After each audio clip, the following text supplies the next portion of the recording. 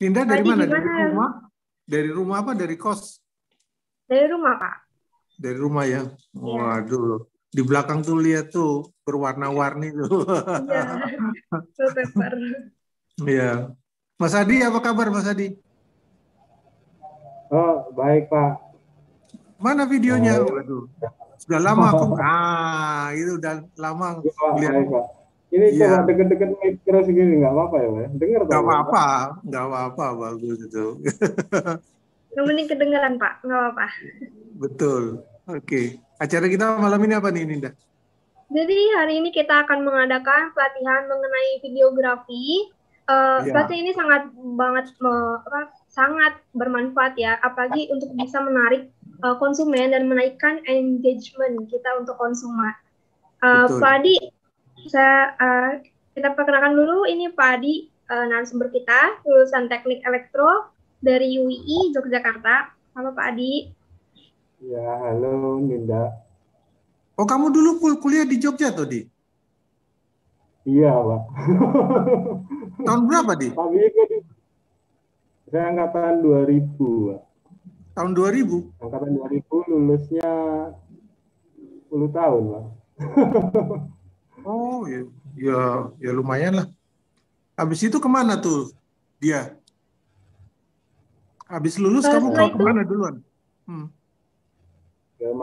Kemana itu ya? So, banyak macam Pak. Jadi mungkin itu tadi yang si Linda tadi nyatet CV saya mungkin bisa disebut. Kemana Ninda? Setelah dia tahun 2004 sampai 2005 Pak Adi sudah menjadi junior artis dalam Kasat Mata Studio Yogyakarta. Jadi ini masih kuliah Pak, menjadi junior artis. Iya, bukan kuliah sih, meninggalkan kuliah ya sampai 10 tahun. Ya. Pengalamannya berarti sudah dimulai sejak bangku kuliah ya Pak? Iya, benar. Kemudian tahun 2007 sampai 2008 menjadi technical editor di Omen Studio, Singapura, serial 3D movie. Ini jadi Bapak kerja di Singapura atau bagaimana Pak? Iya, benar. Jadi saya dapat kontrak untuk menyelesaikan serial 3D di Singapura. Di Omen Studio. Kamu tinggal di sana atau nyelesain dari Jakarta, Di? Tinggal di sana, Pak. Tinggal di sana setahun. Oh, berapa tahun kamu di sana? 1 tahun ya, Mbak. Sebelumnya di Batam. Berarti gajinya Singapura dolar dong? Iya. Singapura gajinya. Wah, mantap. Tuh loh, Nin. Gajinya dia Singapura dolar, Nin. Gak main-main dong. Salam Pak, saya juga dari Tanjung Pinang. Bapak pernah ke Batam pasti ya? Oh iya. Ya. Saya di Batam lama, jadi ya mungkin Pinang. Kemudian tahun 2008 sampai 2010 Pak Adi juga menjadi VFX artis pada PT Eureka Studio Jakarta pada divisi seleksi iklan dan komersial produk. Tahun 2010 ya, sampai dengan apa Pak? Iya, benar. Kemudian 9 tahun kemudian jadi lead in R&D di PT Mariam Surya Picture. Dan di Yogyakarta yaitu 2D movie Battle of Surabaya. Jadi ini Bapak bikin movie Battle of Surabaya judulnya. Iya, jadi film layar lebar 2D pertama di Indonesia. Jadi itu kita riset sekitar hampir 10 tahun gitu. Dan akhirnya kemarin 3 tahun yang lalu launching untuk pertama kali. Jadi saya di situ kerjanya meriset meriset banyak hal yang kan itu dimulai dari nol kemudian sampai bisa membuat satu film full penuh, tentunya dengan banyak tim lainnya. Jadi sebagian besar saya di bagian VFX, jadi special effect untuk film ini sendiri. Oke. Kemudian sekarang membuka usaha mandiri berbasis produk kayu, desain dan manufacturing. Ini karena beralih gini Pak, atau sambilan? Jadi tukang kayu. Tentang beralih dunia karena saya melanjutkan usaha ayah saya, jadi mungkin generasi yang kedua. Gitu. Nah, saya basisnya memang udah furniture orang Jepara, jadi mau nggak mau ya dilanjutkan, dan saya mungkin dengan cara yang sekarang mungkin ya nggak bisa dengan cara yang lain. Jadi ya lagi proses untuk pengembangan ke ini ya. Jadi termasuk pengen ekspor. Sudah pernah Pak ekspor? Belum. Lagi ini dibimbing Pak Biyut. Lagi kita arahkan untuk ekspor sebentar lagi. Ya. Jadi nggak ekspor film aja, ekspor kayu juga ya. Iya. Baik Pak Bib, ada yang disampaikan? Ya, terima kasih. Pertama, terima kasih banget untuk Mas Adi yang sudah mau meluangkan waktunya beramal dengan ilmu-ilmu hebatnya selama bertahun-tahun. Sekarang akhirnya kelakon, istilahnya orang Jawa kelakon, akhirnya kesampaian untuk disampaikan ke teman-teman ID. Di sini teman-teman kita banyak sekali yang milenial, jadi memang mungkin cocok banget sama apa yang akan Mas Adi sampaikan. Jadi, tapi UKM-nya juga banyak. Mereka butuh sebuah sentuhan video grafis karena kedepannya ekspor kita itu kan berbasis digital. Berarti kita juga butuh sentuhan-sentuhan digital dari video, nggak cuma foto. Foto nanti masih hari Minggu ya. Jangan lupa, Nin, kamu ulangin lagi bahwa untuk hari Minggu foto itu kita adain pagi karena faktor pencahayaan dan lain sebagainya ya. Jadi nanti pesertanya ini sama, akan kita rubah ke Minggu pagi. Kali ini Mas Adi akan membawa kita ke dunia video. Bagaimana sih caranya? Saya juga masih kepo banget sebab belum bisa banget sih tentang video. Saya masih belajar juga dengan Mas Adi. Bagaimana sih cara ngambil angle, bagaimana sih cara nyuting dan lain sebagainya. Ini memang salah satu pelatihan yang kami adakan dari berbagai rangkaian pelatihan. Jangan lupa diikutin terus rangkaian pelatihannya setelah videografi, hari Minggu ada fotografi, kemudian hari akan ditentukan harinya apa ya untuk digital ads. Setelah itu minggu berikutnya kita masih ada pelatihan lagi, peserta yang sekarang itu bebas boleh ngikutin karena sudah terdaftar untuk serial pelatihan yang Indonesia Direct adakan biar teman-teman ini bisa scale up ya, scale up bukan hanya scale up kemampuan videonya, kemampuan fotografis digitalnya, namun juga scale up manajemen, scale up bagaimana agar kita bisa membawa UKM kita, termasuk adik-adik teman-teman milenial yang pada saat ini banyak ikut kelas ini, bisa ke panggung dunia, membawa produk-produk kita ke panggung dunia. Saya pikir gitu aja, Nin, dari saya, biar nggak terlalu lama-lama ngabisin waktu. Biar Mas Adi itu yang nanti ya banyak ngomong. Terima kasih. Oke. Selanjutnya saya akan membacakan rundown kita hari ini. Jam 7 kita mulai, tadi jam 7, kemudian 19 sampai 20 pembukaan, kemudian dilanjutkan langsung oleh penyampaian materi oleh Pak Adi Irawanto, yang pada jam 20.50 sampai 22.25 kita akan mengadakan interaksi diskusi tanya-jawab. Jadi silakan yang ingin bertanya, boleh bertanya langsung atau di kolom chat. Nanti akan kita diskusi sama-sama. Kemudian jam 21.25 sampai 21.30 penutup. Kita beralih ke acara selanjutnya, yaitu penyampaian materi oleh Pak Adi Irawanto. Silakan Pak Adi Irawanto. Baik, terima kasih untuk Mbak Bid dan semua yang di Indonesian Direct, juga teman-teman yang pada ngikutin acara ini. Karena waktunya sangat terbatas dan tentang video ini sangat panjang harusnya, jadi saya cepetin aja. Bagaimana cara membuat video dengan, jadi banyak pertanyaan dengan menggunakan smartphone. Sebenarnya saya basicnya itu di dunia profesional, tidak menggunakan handphone dan memakai desktop.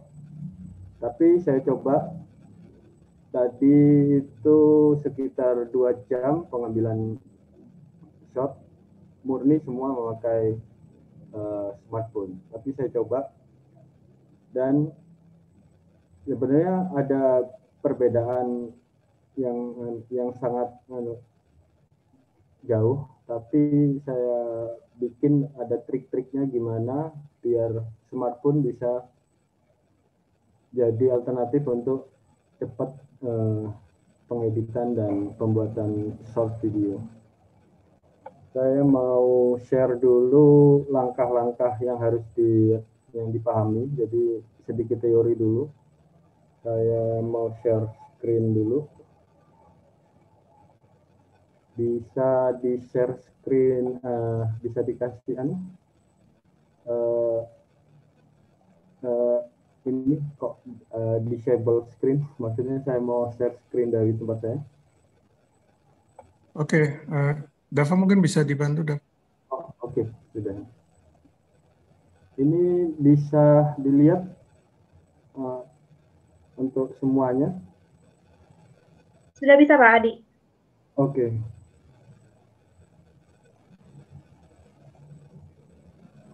Ini saya beri judul Basic Videography untuk UKM. Jadi ya sebisa mungkin kita lebih simpel bagaimana cara bisa cepat bikin video untuk produk-produk kita, karena bisnisnya tidak secara profesional full. Perbedaan profesional itu ada di outputnya saja sebenarnya, tapi untuk bentuk video, desain dan macam-macam itu sama kurang lebih. Jadi introduction-nya video, apa itu videografi dan sinematografi. Kenapa saya masukkan sinematografi? Jadi sinematografi di sini yang paling krusial dari semuanya. Dari yang pernah pengalaman saya dapatkan, karena teknologi sekarang itu sudah sangat membantu, smartphone sudah bisa mengedit dengan cepat, dengan bagus. Sebenarnya tinggal bagaimana kita mengambil shot dari setiap videonya, setiap objek-objek yang kita bikin shot-shot. Itu hubungannya dengan sinematografi. Videografi sendiri sebenarnya masih general, jadi saya tekankan di sini lebih baik konsentrasinya terhadap videografi, sinematografi. Sidangnya dijawab ya, tadi belum ada putusan. Untuk videografi dan sinematografi itu banyak dipakai di komersial TVC, jadi komersial TVC itu iklan, company profile, IG feed, IG story dan macam-macamnya. Ada banyak juga dipakai di berbagai bidang beda, seperti untuk movie, motion graphic, slideshow dan macam-macam. Itu jenis-jenis yang berkembang. Nanti kita bahas lebih detail. Tapi next, ini saya langsung subjek intinya itu sebenarnya pengambilan komposisi, framing of shot. Di sini ada aturan-aturan yang beberapa mungkin hanya 1-2 yang bisa kita pakai acuan, kayak mungkin yang jelas di fotografi ini sering dibahas, jadi aturan rule of third, terus kemudian ada golden ratio, itu biasa dipakai. Mungkin nanti di pelatihan fotografi ini banyak terpakai.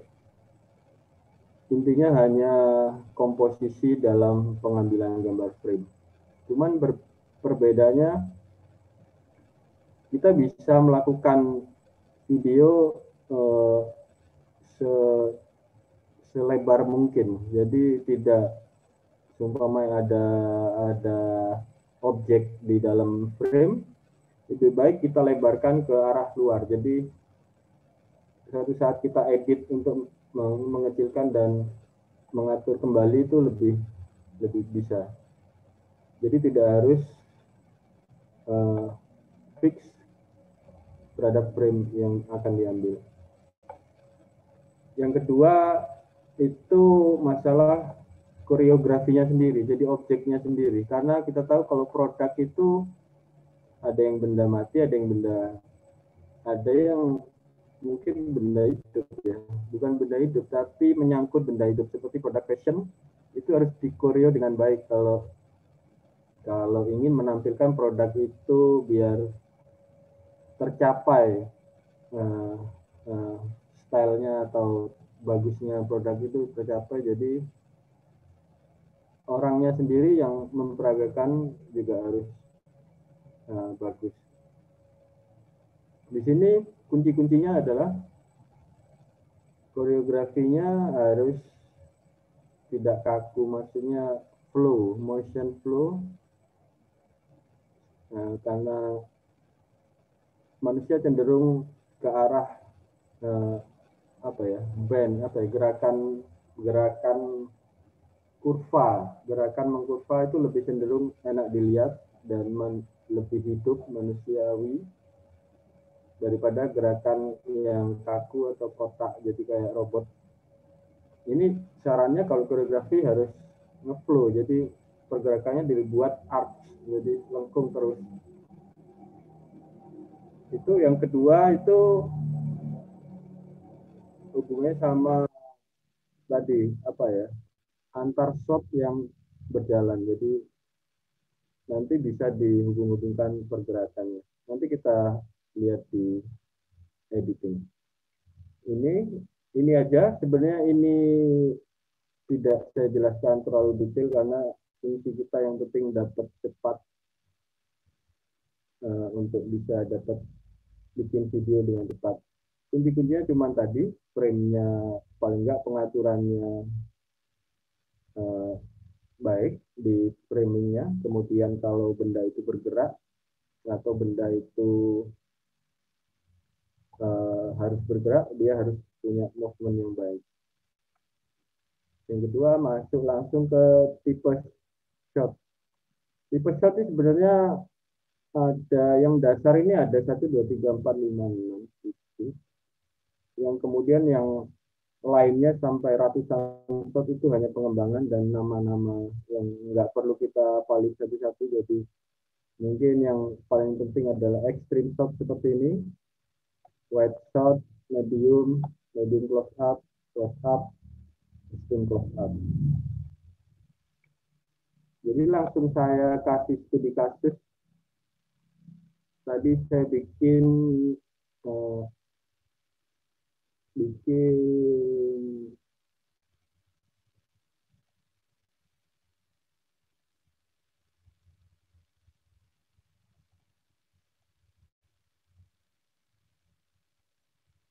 percobaan, fungsinya untuk memakai smartphone, apakah bisa kita bikin bagus untuk ini. Jadi saya bikin sesimpel mungkin, seminimal mungkin budget ataupun tool yang dipakai. Yang pertama, saya memakai hanya seperti ini.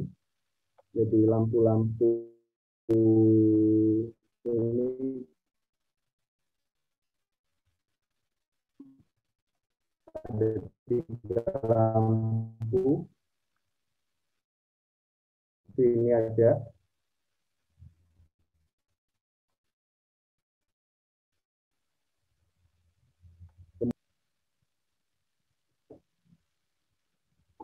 Kemudian ini properti lagi, dan ini adalah produk yang yang akan dibikin videonya. Aku kok nggak lihat apa-apa ya, Di? Sudah, oke Pak, sebentar Pak. Oh, aku lihatnya cuma warna abu-abu aja. Oke Pak, ini mungkin harus di-sharing lagi ya. Oh iya, Kak, kamu matiin dulu, kamu sharing lagi mungkin.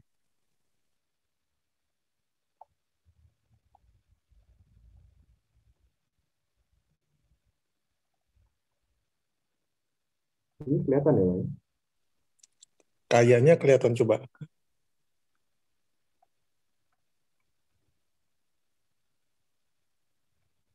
Atau Ninda bisa ngelihat nggak? Kalau dari aku nggak bisa. Gambar aja Pak yang kelihatan. Mm-mm. Tuh sebelahnya ada anu ya, ada abu-abu gitu ya. Iya. Hmm. Oke, mungkin gini ya. Kalau Ya, gini Pak, tuh. Ya gitu kelihatan, Di. Ya, oke, ini aja. itu produknya Adi tuh. Oke, gini. Jadi ini kita coba bikin short short video untuk iklan atau untuk produk ini. Jadi saya tadi sore beli dua kacang ini, dua untuk jadi eksperimen. Kemudian saya butuh hanya prop-prop seperti ini, simple. Nanti propnya bisa dikembangin aja. Yang penting kita tahu cara bikin videonya. Kemudian saya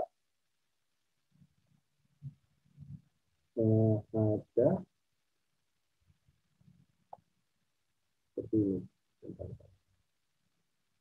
Ini dan ini. Enggak kelihatan ya.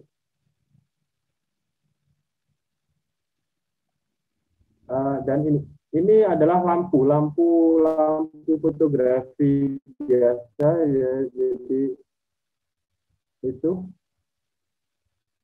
Kemudian saya balik lagi ke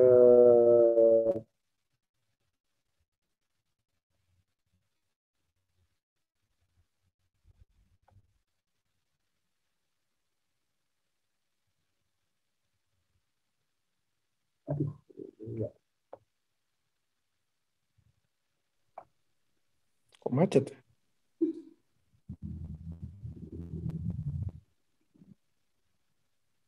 Ini kelihatan ya Pak ya? Enggak. Enggak tuh, Mas. Belum Pak.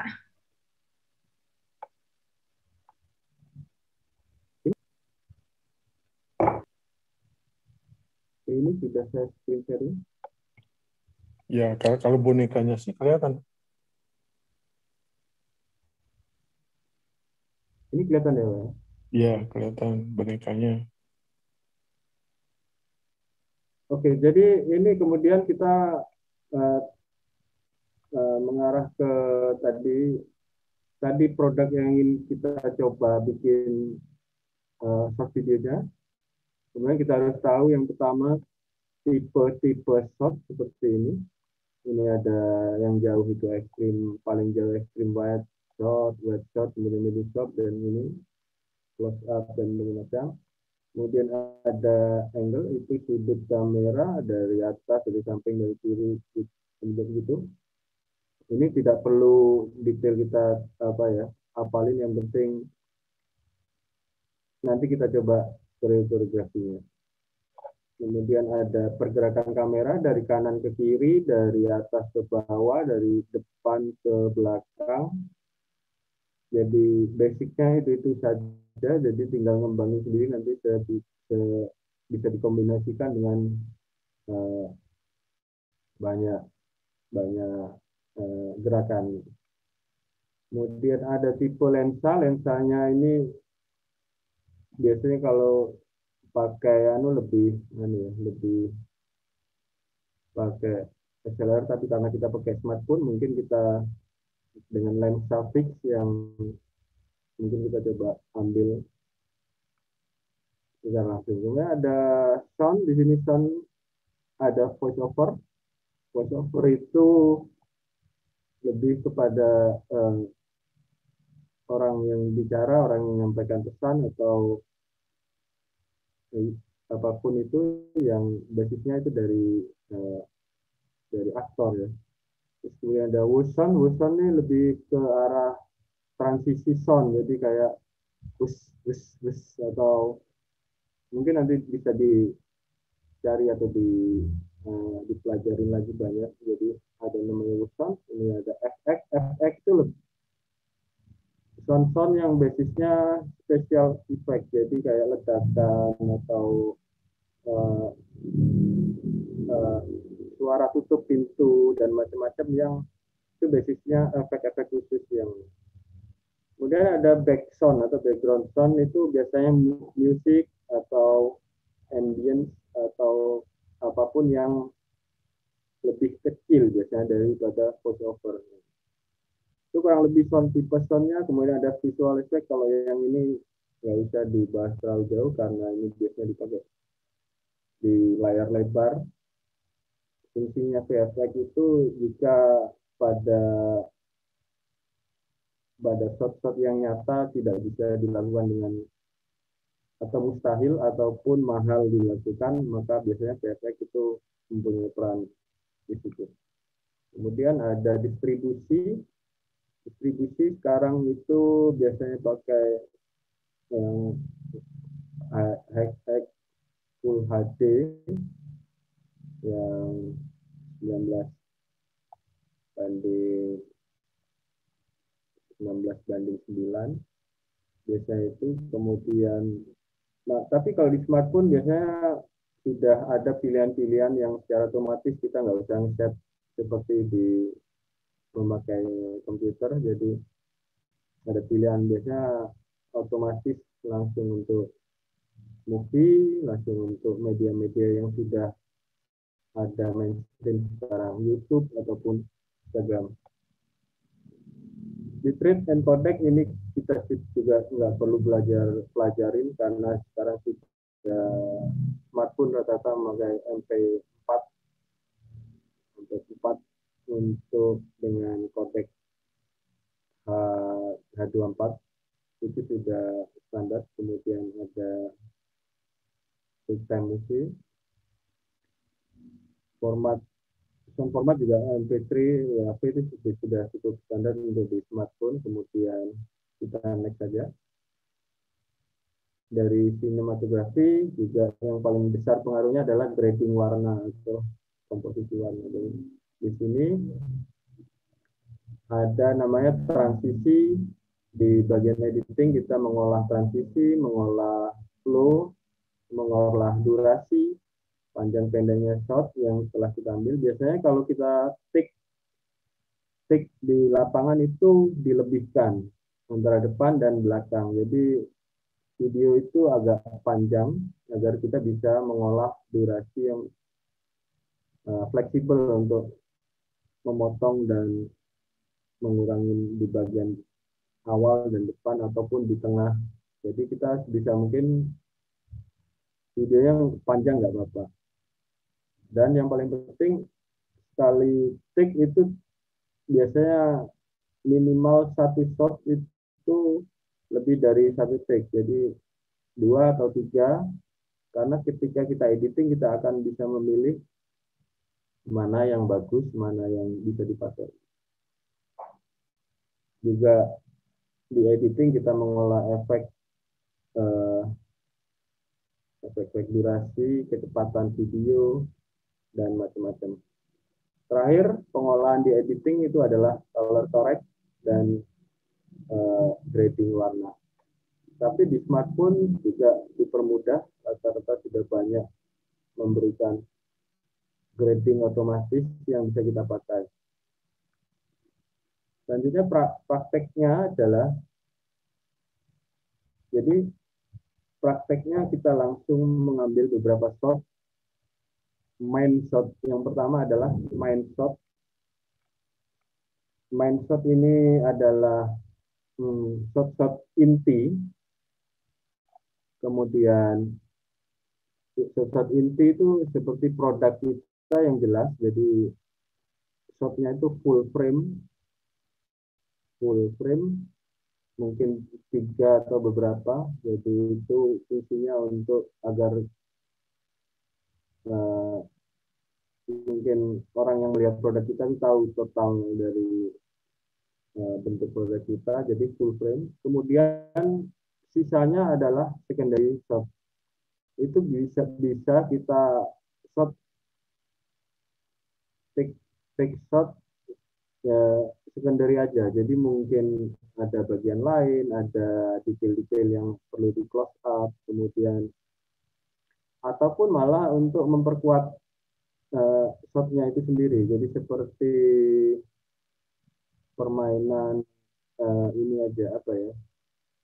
Permainan gambar, atau kita bisa shot ke langit ataupun ke apa yang tidak berkaitan dengan produk itu sendiri. Kemudian bagaimana kita bisa mengeditnya? Ini sebentar lagi kita lihat yang saya buat shotnya. Saya coba sharing yang selanjutnya ya. Jadi kita sharing dulu, share selanjutnya.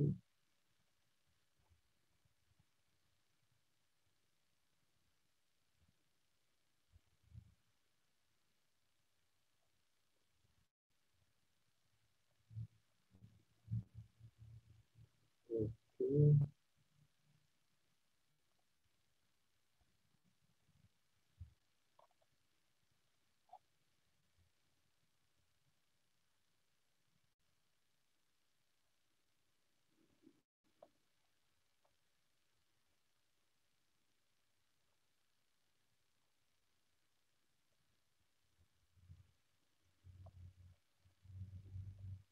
Ini bisa kelihatan ya videonya, ini kawan-kawan di sini. Enggak, Pak. Bisa, Pak Adi. Enggak, bisa ya? Belum. Blank. Oh,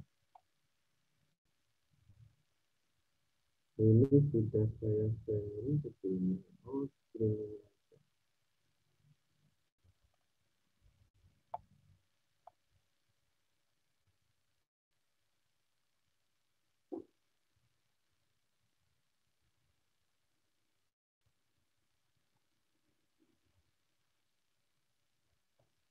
Oke, bentar. Jadi saya tadi coba ngambil beberapa shot, ini adalah semua shotnya. Kira-kira ada shot dari atas, dari samping, dari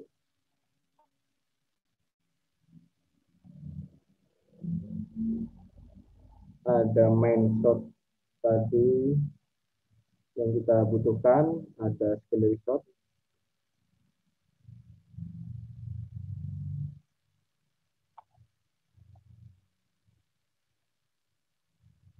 Ini bisa kelihatan nggak?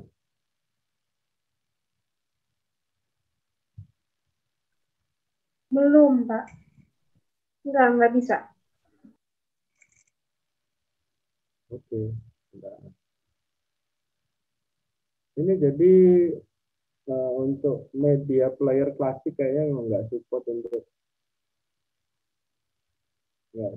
saya coba pakai media player Windows.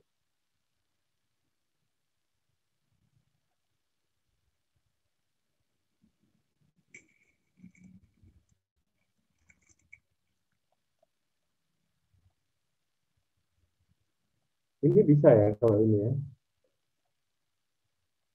Bisa, aku kelihatan di. Oke, berarti tadi media player klasik itu nggak support sama Zoom. Ini beberapa trik yang coba saya ambil. Seperti ini.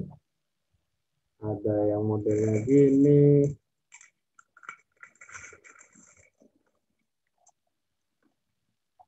Kemudian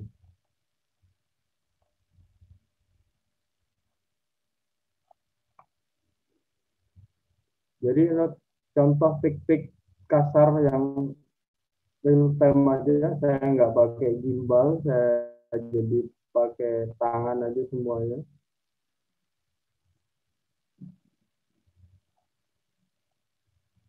Jadi hanya tik-tik gitu, jadi ada close up, ada wide angle, ada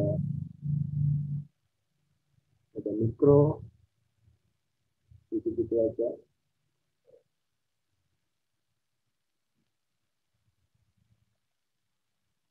Kemudian ini dilanjut seperti ini.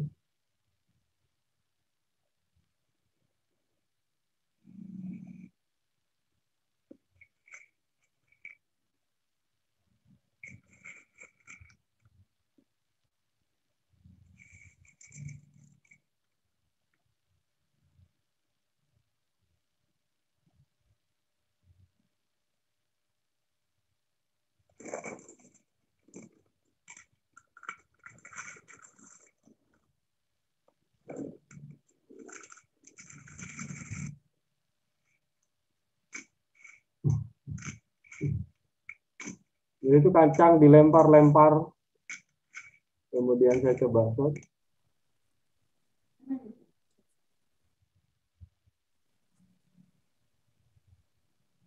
Emang gambarnya putus-putus gitu, Di? Sebenarnya gambarnya nggak putus-putus, Pak. Mungkin karena melalui ini ya.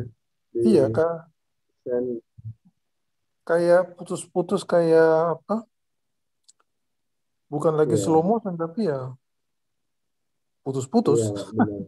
Jadi kemungkinan itu karena ini, Pak, melalui jaringan internet yang nggak real time ya, mungkin. Jadi Oh, sebenarnya gambarnya oke, ini oke. video biasa, Pak. Tapi Aku ini ngelihatnya nggak video, tapi jelasin kayak tadi, foto-foto aja. iya, benar ya. Jadi kuncinya adalah kita mengambil banyak take, banyak gambar dari berbagai angle kalau memang kesulitan. Jadi itu nanti kita edit atau kita bolak-balik di editing biar sampai menemukan proses flow yang bagus dalam sinematografinya. Kemudian ada juga take picture, jadi nggak hanya video, tapi kita juga take picture itu butuh karena image-nya sendiri kita bisa uh, untuk nambahin dari sisi di dalam shot itu sendiri.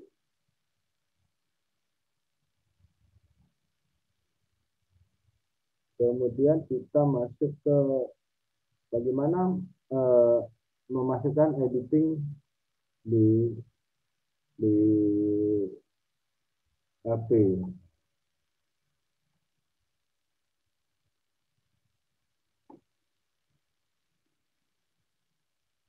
Di sini saya memakai KineMaster, mungkin seperti ini aja ya.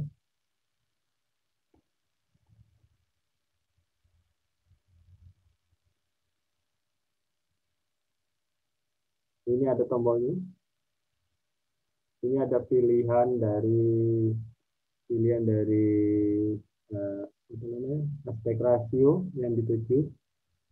Lalu kita ambil 16:9, kemudian kita ambil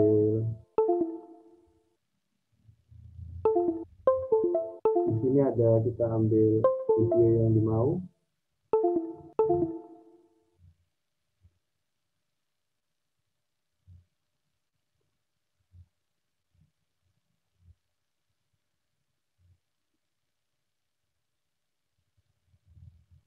Nah, ada dari HP-mu malah kelihatan. Ya, pakai HP aja berarti ini, Pak. Ya, Oh ya. gitu, ya, ya, ya, ya. Oke, paham, paham sekarang.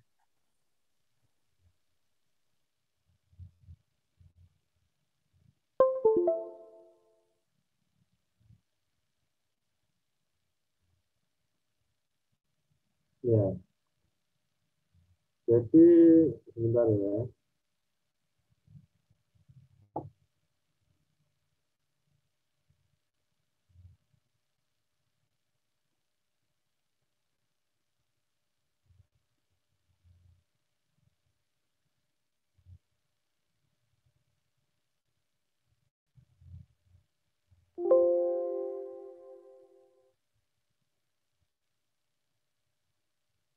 Ada slow motionnya juga ya dia? Ada, Pak. Waktu kacang jatuh itu ya? Iya, Pak. Jadi Oh. kuncinya di sini sebenarnya bukan masalah ini, Pak. Bukan masalah kita kesulitan editing atau bagaimana. Jadi ini saya hanya pasang-pasang aja pemirsanya. Udah Jadi habis, yang Odi? paling penting adalah, oh iya, yang paling penting itu adalah sinematografinya sendiri, Pak. Jadi ini hanya saya sambung-sambung, kemudian jadi pada penyambungan tiap shot itu pasti ada pemotongan dari belakang, tengah ataupun depan. Jadi hanya mencari flow-nya saja. Kalau bagaimana shot yang baik, shot yang baik itu kita nggak usah pusing. Jadi kita cari referensi banyak dari yang profesional, dari iklan-iklan, kita tiru aja shot-shotnya, kemudian kita gabung-gabungkan.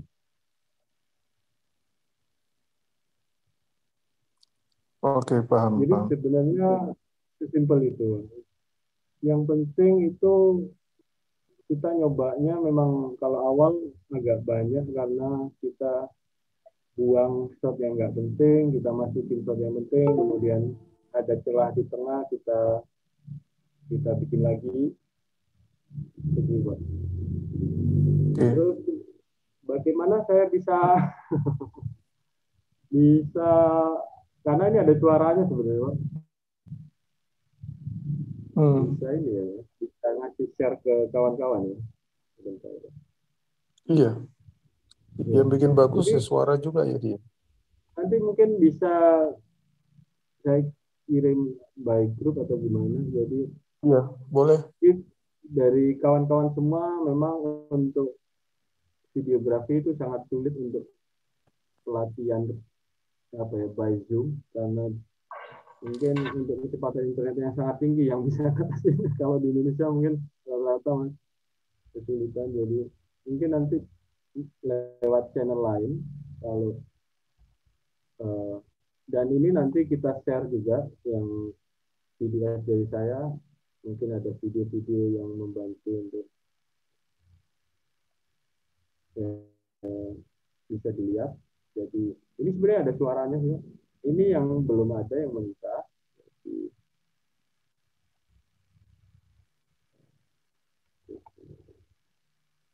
Saya coba sekali lagi share screen. Share.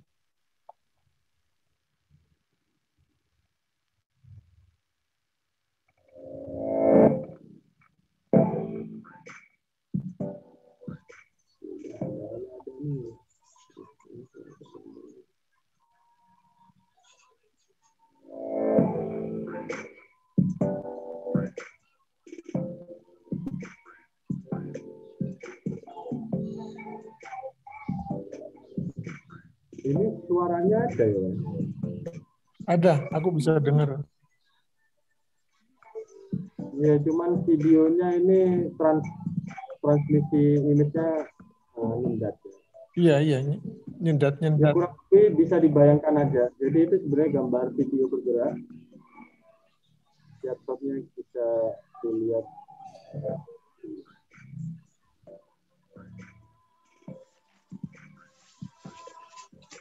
Oke, tak sambungin sama ini yang sini aja.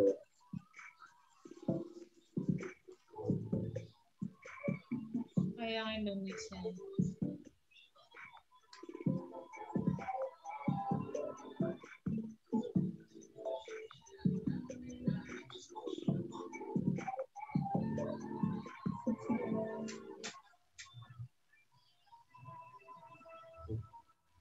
Saya coba putar sekali lagi.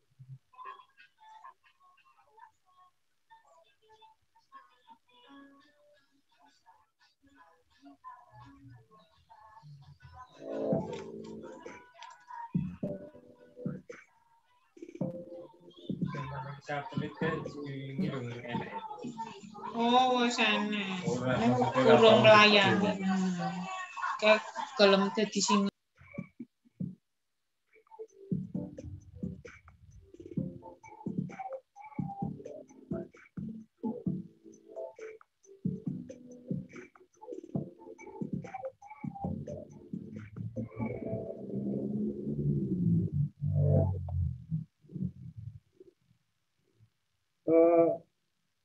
kurang lebihnya seperti itu. Nanti mungkin bisa ditanyakan langsung untuk masalah lebih teknis kayak apa ya, dan bagaimana cara ngedit di KineMaster ataupun di InShot ataupun di VN.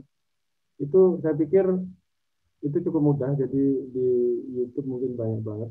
Tapi yang saya ingin tekankan itu adalah lebih ke sinematografi, flow, pengambilan gambarnya. Jadi karena itu sangat krusial, apalagi produk kita yang ingin ditampilkan. Sebenarnya kalau tinggal ngedit itu kita hanya perlu tahu tool-tool itu aja. Memotong, menyambung, kemudian yang terakhir degrading. Saya pikir banyak yang bisa sih. Yang jadi analisisnya adalah sebenarnya hasil akhir itu masalah itu tadi, pensinematografian dari ini. Itu aja sih Pak. Kemudian untuk selanjutnya kira-kira apa ya? Ini saya sebenarnya ada juga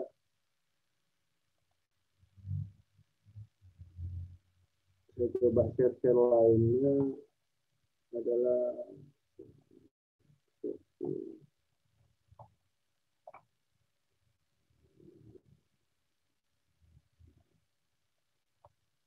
kita perlu coba tes-tes seperti ini. Ini adalah tes-tes ringan yang hanya 2 shot.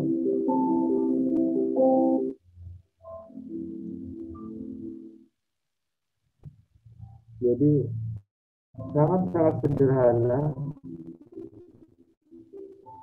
Tesnya hanya 2 shot, tapi bagaimana kita mencapai gerakan atau transisi yang baik dari satu shot ke shot yang lainnya. Kemudian yang kedua adalah di transisi itu jangan sampai kita yang terlalu aneh-aneh. Maksudnya ada kan yang dikasih transisi itu jadinya malah bikin video sendiri jelek ya, nggak ngeflow gitu loh. Rata-rata untuk transisi yang kalau untuk produk rata-rata transisinya itu yang sederhana aja, yang dari slide hitam ke putih, yang nggak macam-macam, karena kita fokusnya masalahnya harus di bentuk produknya itu sendiri gitu, pengambilan. Jadi transisi itu juga ngaruhnya gede. Kurang lebih itu Pak Bis, apa kita langsung ini pertanyaan aja, mungkin ada yang ingin ditanyakan Ya. langsung. Baik, Mbak Ninda silakan. Baik, tiba saatnya yang ingin penasaran nih gimana caranya buat video yang keren banget kayak Pak Adi tadi. Itu bener-bener smooth walaupun videonya kepotong-potong tapi kelihatan shootnya bagus banget ya Pak. Iya, bagus. Bagus Iya. itu. Saya pun jadi penasaran. Ternyata selama ini saya salah. Saya pikir ngambil video itu sekali take selesai. Ternyata menurut Adi kan ilmunya harus kita semakin banyak take semakin bagus gitu ya. Tadi kalau saya nggak salah nangkap ya, Di? Atau gimana? Harus beberapa benar. take. Jadi kalau awal itu sebenarnya karena mungkin nggak terbiasa, karena saya pun kadang masih belum terbiasa. Jadi saya ambil take itu untuk satu shot biasanya minimal 3. Jadi ketika kita terjadi kegagalan take, kita nggak ngulang lagi. Jadi bikin shot 1, shot 2, shot 3, mungkin kita ada 20 shot. Jadi dalam satu folder itu punya variasi, itu bisa kita gunakan, atau kayak kita ini latihan. Lama-lama sih kalau sudah biasa sebenarnya nggak usah banyak-banyak. Mungkin 1 kali shot sudah. Karena kalau di profesional, kalau artis yang sering saya dulu edit itu, kalau nggak pengambilan take-nya terlalu banyak, lebih dari 2 kali, biasanya dimarahin artisnya sama direkturnya. Tapi batasan kita ngambil satu shot ke shot lain itu kira-kira apa Mas Adi? Jadi misalnya ini terutama kita bicara tentang produk ya. Satu produk ya, misalnya gampangannya furniture atau home decor seperti punyanya Mas Adi gitu ya. Itu tadi kan saya lihat ada kita ngambil kacang, terus ngambil ada tangan orang, terus kacang dijatuhin. Itu memang udah kita rancang, saya mau bikin seperti ini atau pokoknya ambil dulu nanti baru kita gabung-gabungin jadi ceritanya apa atau gimana tuh Mas Adi? Kalau saya lebih mudah secondary shot itu terakhir, Pak. Bahkan saya nggak pernah ngambil take dulu. Jadi main shot dulu, produk kita dulu yang paling penting, full frame, dalam bentuk utuh, jelas.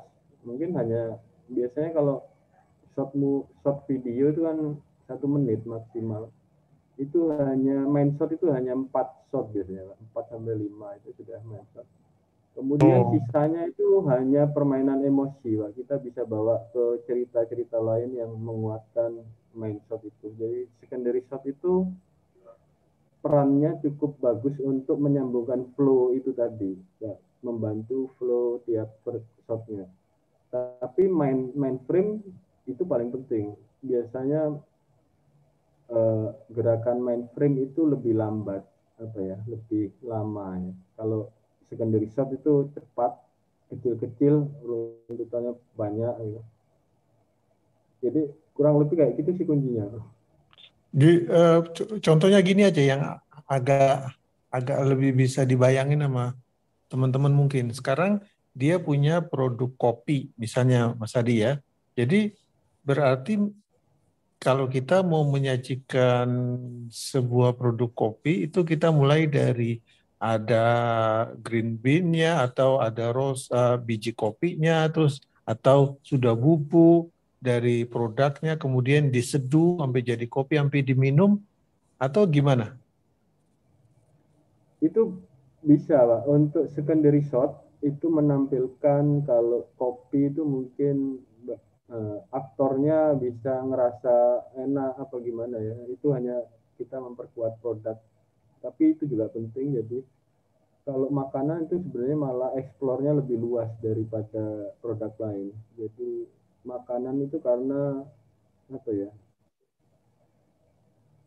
mencari flow-nya itu lebih mudah dengan aktor, dengan manusia daripada benda mati yang kita harus lebih kreatif untuk bikinnya. Bisa juga seperti itu, Pak. Gitu ya. Tapi Jadi jangan kalau kebanyakan ini juga, Pak, secondary shot-nya, karena itu hanya fungsi membantu aja. sebab tadi saya lihat saya baru dapat inspirasi waktu lihat ternyata bolnya Mas Adi itu ya betul juga ya di shot sama orang ngambil ada kacangnya. Kalau selama ini bayangan kita UKM kalau ngambil produk ya produk itu aja di video sekali take aja udah selesai kan jelek banget ternyata ya. Kalau beberapa take dari atas, dari bawah, terus ada kacang jatuh kan jadi menarik walaupun mungkin itu bukan tempat kacang kan Mas Adi sebenarnya kan ya. Iya, sebenarnya. Tadi itu saya memakai apa aja, dan itu hanya saya ambil take nggak sampai 2 jam ya, sudah. Yang penting coba-coba aja.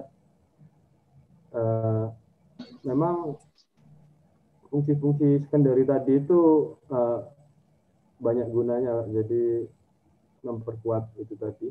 Nanti biasanya ngalir ide-ide yang aneh-aneh dari yang hanya nge-shot, main shot, kemudian secondary shot itu kan nggak hanya di indoor sebenarnya, bisa kita keluar. Kalau produknya itu tadi mungkin kopi, kita bisa shot itu kebun kopi atau orang memanen. Betul. Wah itu menarik itu ya.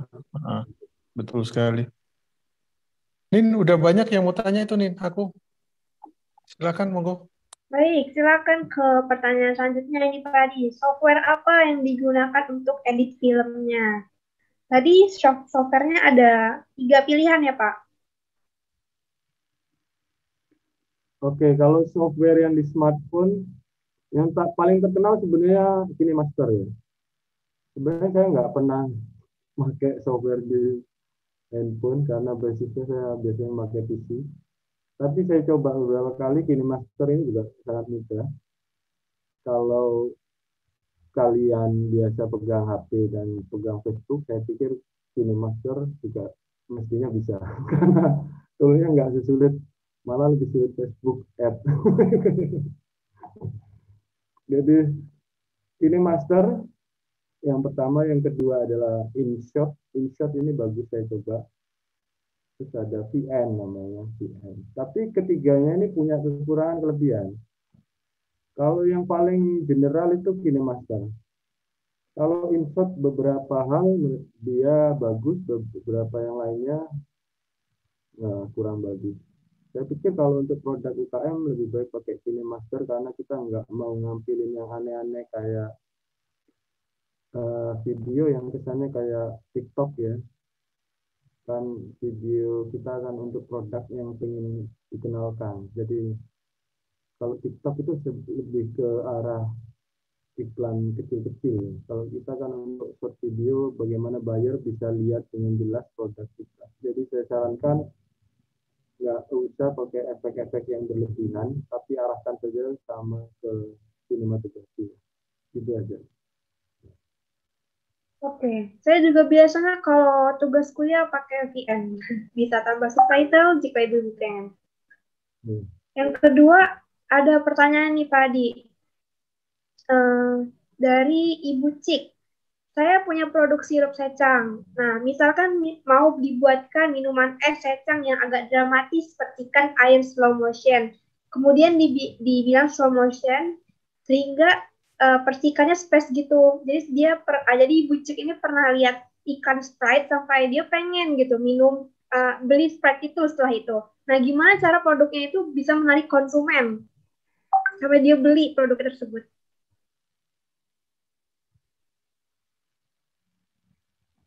Iya. Kalau yang dikatakan Ibu Cik ya. Iya. Itu saya dulu sering bikin. Jadi komersial produk green tea, kemudian ada beberapa, ada itu sebenarnya kalau mau percikan seperti itu melibatkan visual effect. Malah saya bikinnya itu nggak pakai shoot, jadi pakai 3D ya, pakai 3D simulasi karena pergerakan airnya sendiri itu kalau shoot itu kadang butuh sangat banyak banget take, bahkan puluhan kali, kadang masih jelek dan macam-macam. Kalau di profesional itu digantikan dengan 3D simulasi, jadi kita bisa mengarahkan airnya sebagus mungkin untuk dalam deep frame. Kalau untuk sirup itu mungkin lebih mudah ya karena dia kan airnya nggak encer ya, padat, agak kental. Jadi arahkan saja biasa seperti ke dalam gelasnya, jadi jangan terlalu pakai visual yang berlebihan.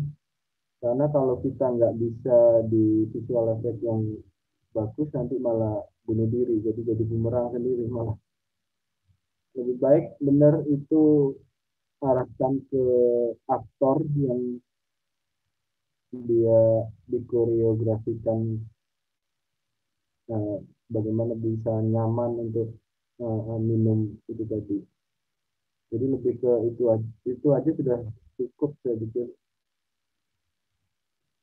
Itu Mbak.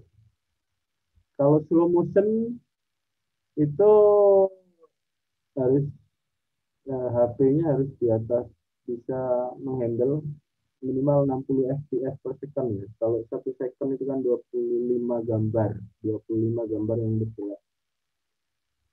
HP-nya harus bisa 90 fps ke atas. Tapi mungkin yang baru-baru saya sendiri pakai HP nggak mahal-mahal amat ya, pakai Xiaomi apa ya, Xiaomi, saya juga lupa HP-nya apa. Ini Xiaomi apa ya? Oh, Redmi yang nggak tahu, ini saya juga nggak paham arti.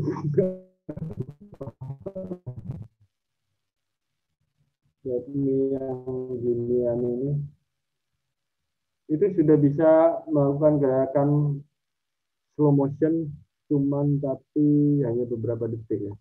kalau nggak bisa melakukan dengan teknik yang terlalu sulit, lebih baik arahkan ke sinematografi yang baik. Jadi gitu aja sih. Kalau tetap saran-saran saya itu lebih kepada sinematografi, karena itu jurus terakhir selagi kalau kita nggak bisa apa hardware kita nggak memenuhi ataupun kita keterbatasan tool dan macam-macam, itu lebih baik daripada kita nggak ngerjain atau malah gagal bikin video. Oh, jadi sinematografi bisa jadi opsi lain ya, Pak, biar bisa memanjakan mata dengan videonya, begitu ya? Benar. Jadi masih bisa dikerjakan lah. Tidak ada keterbatasan kalau sinematografi. Keterbatasannya kan kalau kita nggak bisa pun kita bisa niru film atau niru iklan gitu semua. Oke. Pak, pertanyaan selanjutnya ini, Pak. Caranya mengatasi noise di video saat editing itu bagaimana ya? Noise itu sebenarnya datangnya dari cahaya yang kurang rata-rata, karena kamera itu digital itu kan ngambilnya pakai sensor ya. Kalau keterbatasannya itu lebih baik arahkan ke apa ya, ke cerita yang agak terang suasananya. Jadi jangan sampai uh, dark ya atau lebih ini atau menghindari yang gelap-gelap lah. Biasanya itu sih tahu saya. Oke. Ada yang ingin tanya lagi, Bapak Ibu? Kalau belum ada yang tanya, aku mau tanya nih, Mas Adi. Oke, silakan Pak Bib. Udah ada yang tanya belum ini? Belum ya? Belum Pak. Oke. Silakan. Mas Adi gini Mas Adi. Tadi kamu bilang kalau untuk gerakan tertentu seperti punyanya Sprite itu digabungin sama gerakan apa namanya animasi, begitu Mas Adi maksudnya Mas? Gimana sih, saya nggak paham tadi. Iya Pak. Jadi gerakan-gerakan air yang cantik dalam satu frame itu kan sulit Pak. Jadi rata-rata yang Sprite atau green tea atau macam-macam itu saya banyak ngerjain itu semuanya sebenarnya 3D Pak. Cuman orang itu nggak kerasa kalau itu 3D. Oh, Jadi saya malah baru tahu. Saya pikir air beneran. Gitu ya? Jadi nggak real gitu ya Pak? Nggak real. Jadi, bahkan kadang itu saya pernah bikin tetesan lembab air di botol. Di botol. Tes itu sendiri disimulasikan pakai TV. Jadi mungkin orang nggak berasa karena di tingkat profesional itu editingnya kan memang akurat sekali. Jadi dari fisik sama dunia 3D-nya itu dikalibrasi. Jadi bisa mendapatkan titik yang mengelabui mata. Kemudian yang kedua sebenarnya gerakannya cepat hanya detail ya. Jadi orang nggak. Oke, kayak ternyata seperti itu ya di dunia videografi. Nggak semuanya real di shot gitu ya Pak? Iya. Mas Adi, berarti gerakan-gerakan seperti itu yang bisa bikin memang animator, bukan kita. Apa kita juga bisa atau ada app-nya atau memang harus seorang animator? Untuk kasus seperti itu sebenarnya masuknya itu visual effect, Pak. Jadi masuk efek-efek khusus. Visual effect itu bisa dari digital dan non digital. Untuk yang digital itu dikerjakan sama ini artis visual effect. Jadi saya dulu bergeraknya di bidang itu mempelajari tentang efek-efek yang apa ya, yang memang khusus. Efek khusus itu biasanya dari air, api, angin yang ini yang masuk biasanya dipakai untuk penunjang di film-film. Kan kita juga nggak bisa kalau di film ada apa ya, ledakan macam-macam itu rata-rata kan sudah ada 3D semua. Jadi memang ada khusus divisinya untuk seperti itu, Pak. Jadi kalau di film itu divisinya banyak, ada divisi modeling, ada divisi karakter, ada divisi pewarnaan, ada divisi texturing dan macam-macam. Salah satunya itu divisi visual effect. Ya, Tugasnya memanipulasi atau memperkuatnya, menggantikan. ya. Berarti Mas Adi, kalau misalnya produk UKM nih, ini kita bicara sama UKM ya. Produk UKM kita teman-teman ini mau ada visual efeknya seperti itu berarti nggak bisa dikerjain sendiri gitu. Harus hire artis tertentu untuk bikin gitu yang memang bidangnya di situ. Atau bisa nggak sih kita belajar tentang itu atau itu sesuatu yang susah banget? Kalau dipelajari sebenarnya bisa lah. Cuman yang jadi masalah kan nanti malah berkembang visual efeknya daripada produknya. Karena itu seperti apa ya, seperti dunia profesionalisme. Jadi profesional memang di bidang itu. Yang kedua, kalau dipelajarin bisa bisa gitu. Cuman yang kedua itu masalah hardware-nya itu berbeda. Jadi hardware untuk menangani kasus-kasus seperti itu cukup berbeda dari kebanyakan komputer yang ada. Jadi kalau kita tahu ini contoh teknisnya VGA untuk studio animasi itu beda dengan yang, dan VGA-nya biasanya nggak dijual di toko-toko, kita pesan dari importnya. Jadi nama VGA-nya di Quadro ya. Jadi itu khusus menangani seperti itu. Kemudian komputernya juga harus komputasinya tinggi, jadi sangat kuat. Kalau kita dulu itu komputasinya nggak di PC kerja workstation masing-masing, itu dilempar ke server. Memang tugasnya itu, jadi tugasnya menghitung simulasi. Jadi dalam satu server itu mungkin ada 1000 prosesor di situ. Jadi dikirim ke sana untuk dikalkulasi. Nanti hasil jadinya balik ke workstation kita. Jadi kayaknya itu keterbatasan yang kedua yang agak berat malah.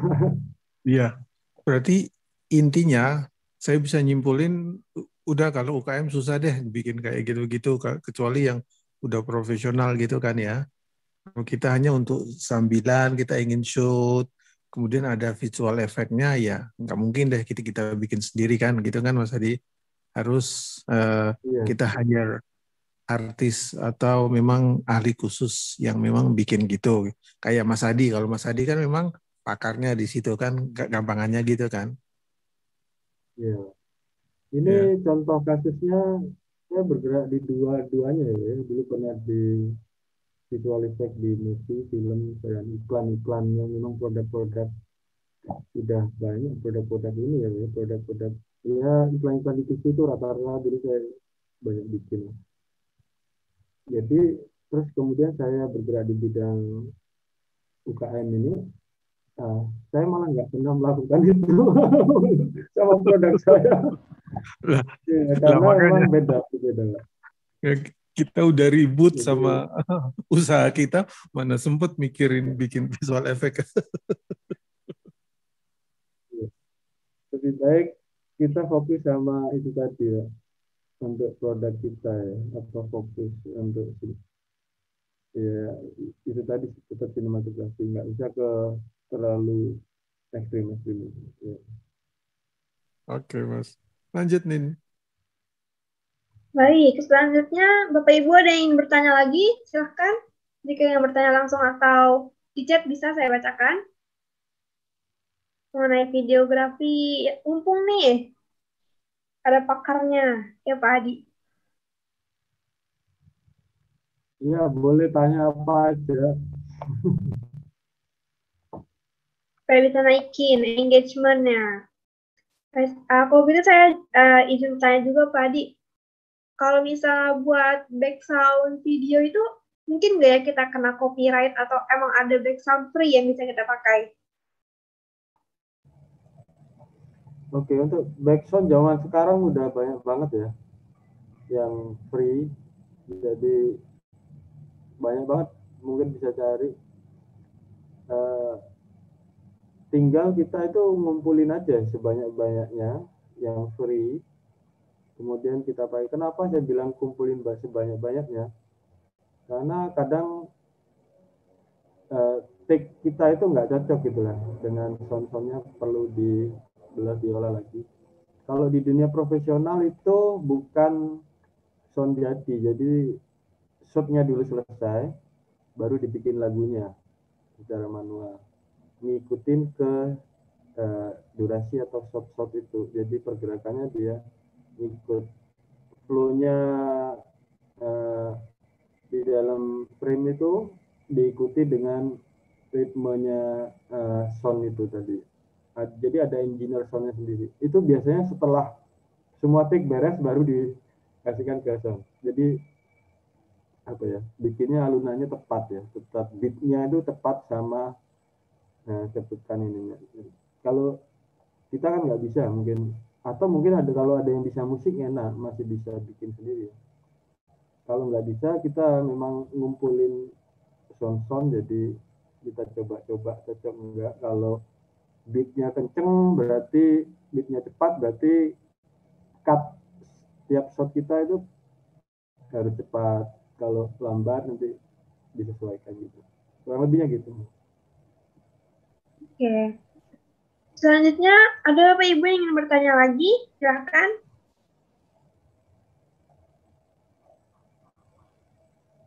Ibu Emma, Bu Elda, Bu Cindy. Ada yang ingin bertanya mengenai videografi ini? Mbak. Ya. Ini Bu Yusita. Assalamualaikum. Waalaikumsalam. Saya mungkin berpikirnya seperti orang awam ya. Saya pikir tadi, cara bikin video dengan KineMaster itu, saya pikir begitu tadinya kan. Tapi dari tadi saya lihat kok belum mulai gitu. Apa memang belum atau gimana? Dan ada satu lagi mengenai backsound. Itu kalau kita ambil lagu-lagu atau apa, kan kita kan kepengen juga lagu-lagu yang bagus apa. Itu sebenarnya kalau kita pakai bukan untuk iklan, bukan untuk komersil, sebenarnya nggak apa-apa kita pakai, karena buat kita pakai sendiri. Tapi kalau memang itu nanti untuk komersil, untuk iklan apa ya memang jangan. Karena berlakunya hak cipta itu seumur hidup ditambah 70 tahun. Jadi kok kita bisa ngira-ngira aja lagu-lagu mana yang sudah jadi public domain atau gimana gitu. Itu hanya masukan aja dari saya ya. Makasih. Oke. Ada lagi yang ingin bertanya? Terima kasih sebelumnya untuk Ibu Yusita untuk masukannya. Kemudian ada yang ingin bertanya lagi? Silahkan. Tadi Bu Yusita, Bu siapa tadi namanya? Bu Yusita? Bu Yuslisar. Oh, Bu Yuslisar Yuslisar. Ningsi. Ya. Yuslisar Ningsi. Ya. Ya. Mas Adi, Bu Yuslisar minta praktek itu KineMaster tuh, Mas Adi. Bisa dicobain sebentar mungkin. Iya, karena kan saya pikir gimana ini cara bikinnya, untuk durasinya lagu, untuk tampilan yang mungkin kan kita ngambil dari foto-foto, bisa jadi kita ngambil dari video lantas di-combine dengan foto-foto, tapi kan harus di-cut. Nah itu dari tadi saya pengen tahu gimana gitu caranya. Betul. Makasih Pak. Mas Adi bisa ditampilin dikit, dipraktekin mungkin kalau memungkinkan.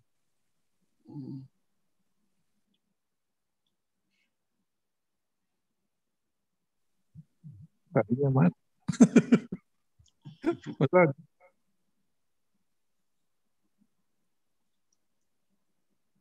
Nih, Mas Adinya hilang.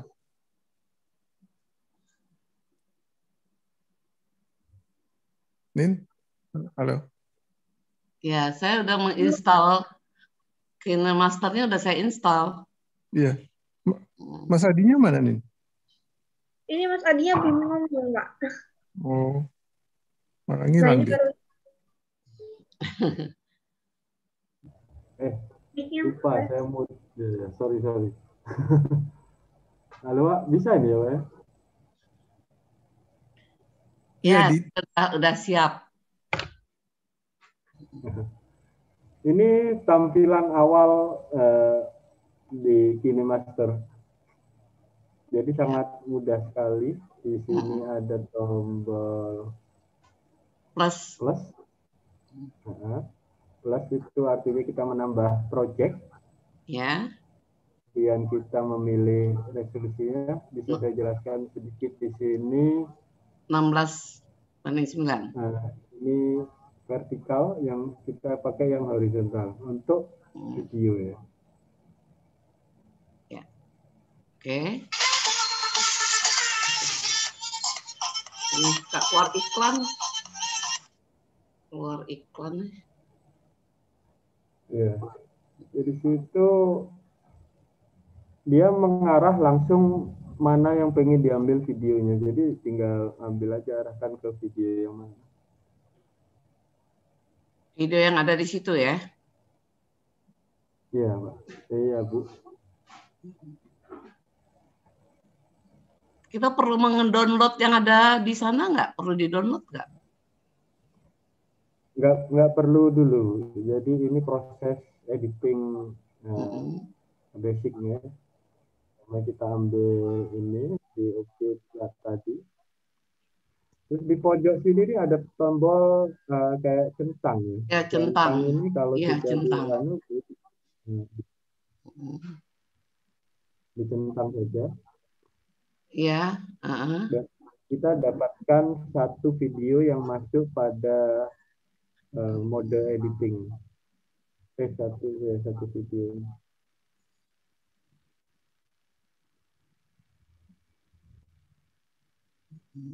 Ini bisa coba display videonya di sini, bagian sini ada.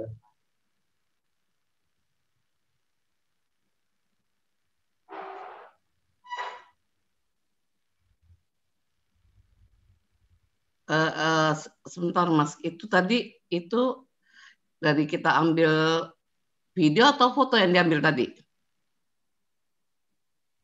Itu dua-duanya bisa, Bu. Jadi bisa picture, bisa video.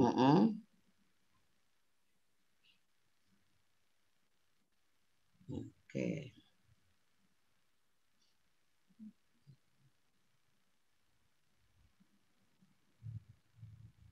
Oke. Kemudian kita mau menambahkan video lagi untuk di belakangnya. Bisa ke media ini di atas ini. Media. Berarti balik lagi ke tempat tadi ya. Balik ke media di atas itu, Bu. Ya. Media di atas itu mengambil lagi video atau gambar. Jadi untuk disambungkan di belakang.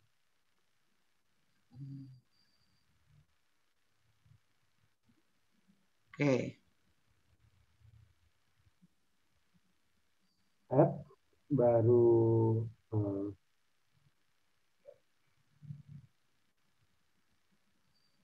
seperti itu. Sama seperti tadi prosesnya di oke lagi. Jadi dia ada rentetan video yang saling nyambung ya, satu sama lain.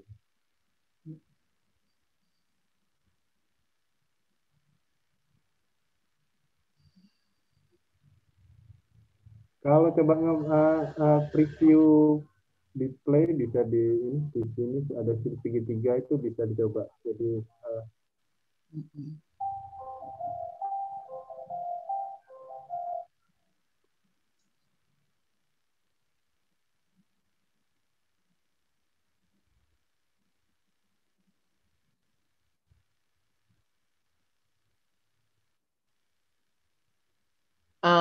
tadi Mas untuk nambah ke situ foto-foto tadi gimana ya caranya tadi? Kok saya nambah di sini nggak masuk ya ke ada di sini ada folder di atas tuh, ada folder yang media. Media. Diklik. Ya, diklik. Ya, Di sini cari. ini storage di HP. Ya, itu terus diambil, umpamanya picture satu gambar diambil, kemudian ada centang di pojok kanan itu harus diklik dulu.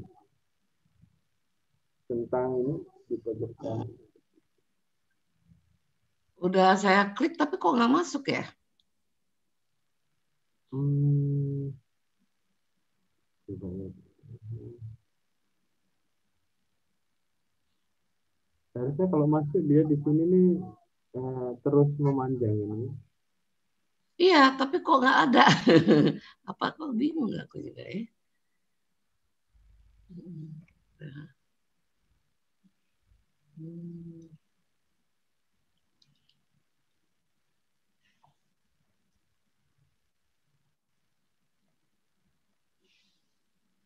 Harusnya bisa, atau belum update ya. Tapi Mungkin belum ke bawah kali ya. Sederhana yang soalnya dia adanya di iya, benar, Bu. belum ke bawah kali.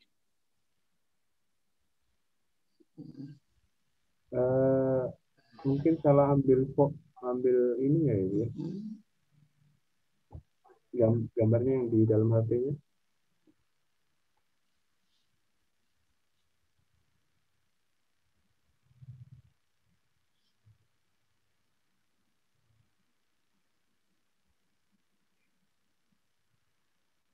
Oh, kenapa nggak masuk ke ini ya?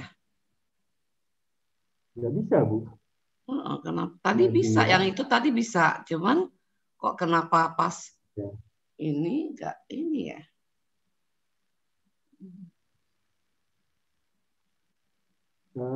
Apa di back sama Ibu di screen gini terus? Oh, nggak masuk ya? Kenapa ya? Harusnya bisa, Bu. Iya. Kan ini saya ulang lagi, plus lantas 16.9.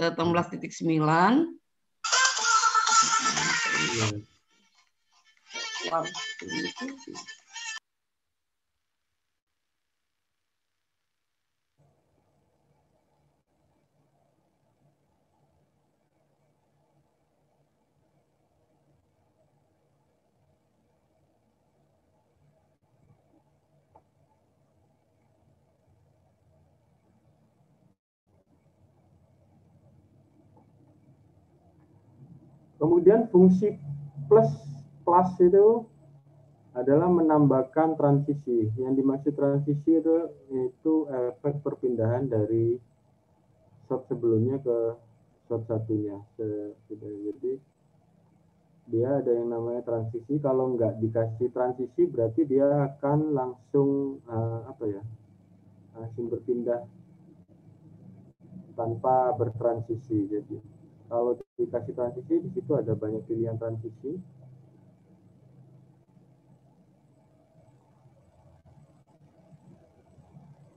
Saya juga menyarankan untuk transisi nggak usah yang terlalu aneh-aneh, jadi malah bikin produk kita nanti nggak bagus ya sinematografinya.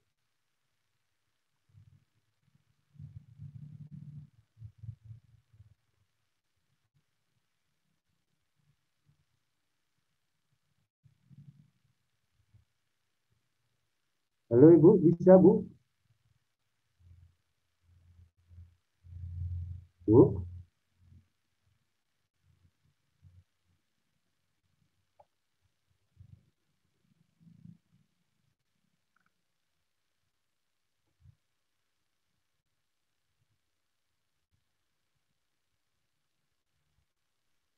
Halo Ibu Yuslisar. Ya, oke. Kenapa Bu? Ya Mbak, oke, udah bisa kok. Iya. Kemudian segitiga itu Bu, jadi segitiga itu kan, segitiga itu apa? Plus, tanda plus itu tanda plusnya ini yang di mana Pak tanda plusnya? Di antara shot itu. Jadi ada tanda plus itu ditekan aja. Seperti ini. ini kan ada tanda plus di tengah di antara ini Oh, dan yang di ini. tengah-tengah gambar itu untuk Tengah transisi ya. ya. Ya, ya, ya, ya, Ya ya. benar itu. Heeh.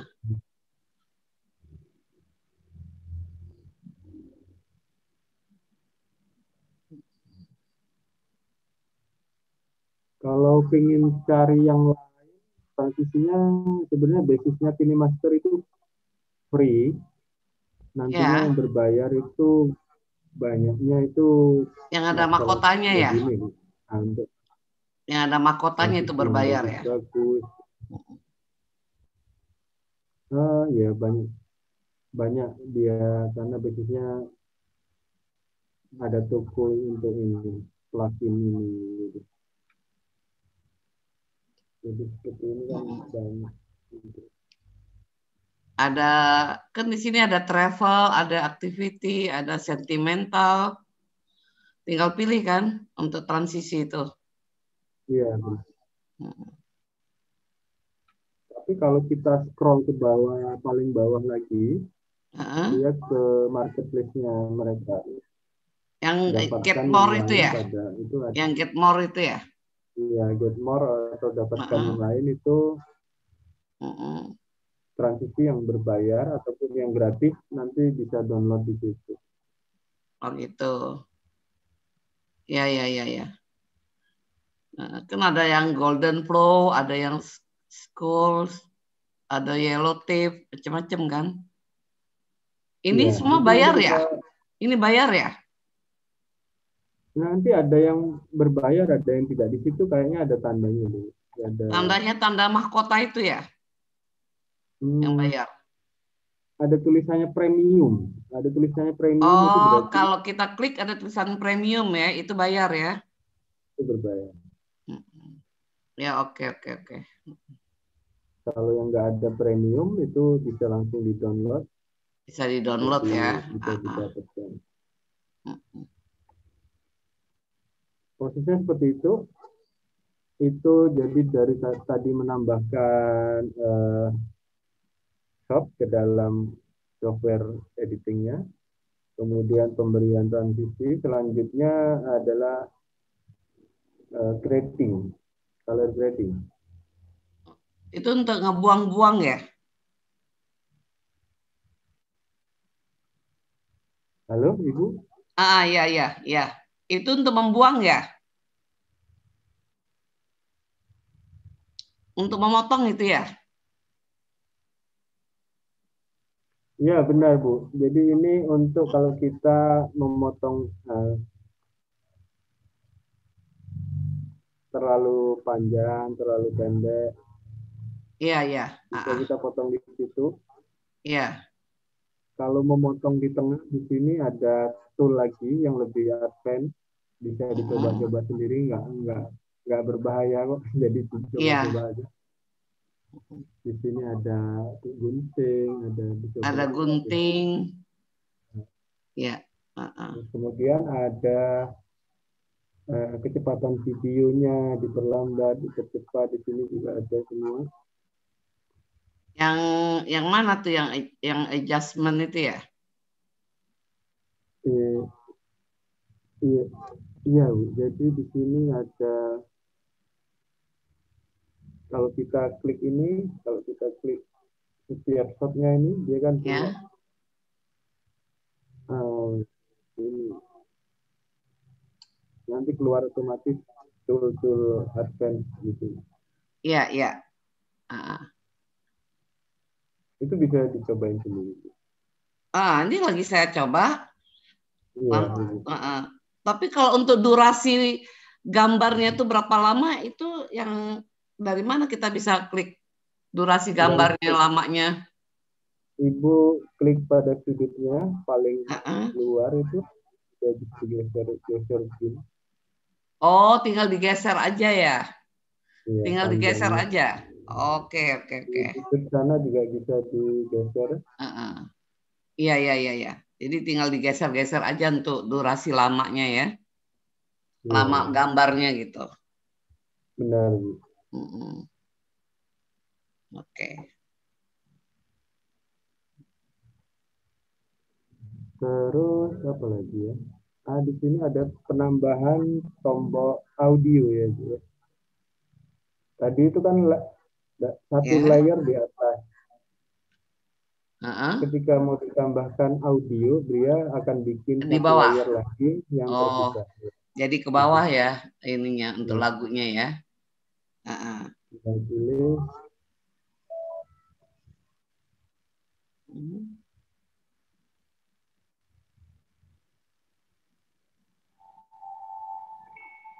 Jangan lupa ini ada tanda plus itu yang Tanda harus plusnya di ini ya, diklik ya. Kalau nggak diklik dia nggak akan Nggak masuk. masuk. Ya. Oke. Jadi layer audio yang nggak ada gambarnya, dia hanya. Itu di bawah ya. Iya, benar. Iya. Sama prosesnya kayak yang di atas, bisa dipanjangkan. Iya. Jadi kalau misalnya kita mau ngatur durasi backsound-nya, iya, lewat sini, Bu. Kalau dasar musiknya memang sudah durasinya sudah ada, jadi yang saya bilang tadi kalau di dunia profesional itu sebenarnya berarti fotonya disesuaikan ya. Kerjanya belakangan. Jadi kalau di sini kan karena ini kita pakainya free, jadi soundnya bisa kita potong atau bisa kita pelankan di akhir. Di akhir ini bisa kita pelankan.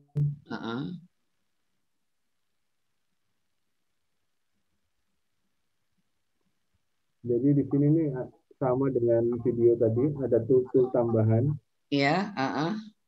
Untuk sound, jadi bisa ngencengin, bisa melanin, bisa matiin, bisa. Oh gitu. Ya. Bahkan bisa ada efeknya kalau nggak salah.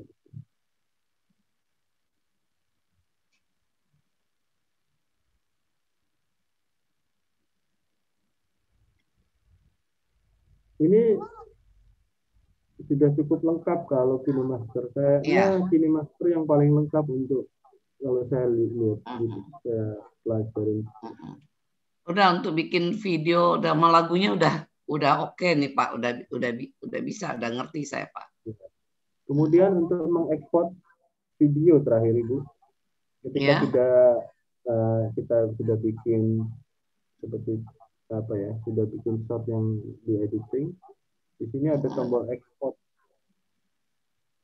Tombol itu untuk ini ya, untuk share-nya ya. Untuk bikin video, output videonya. Jadi untuk keluarnya ya. Iya benar.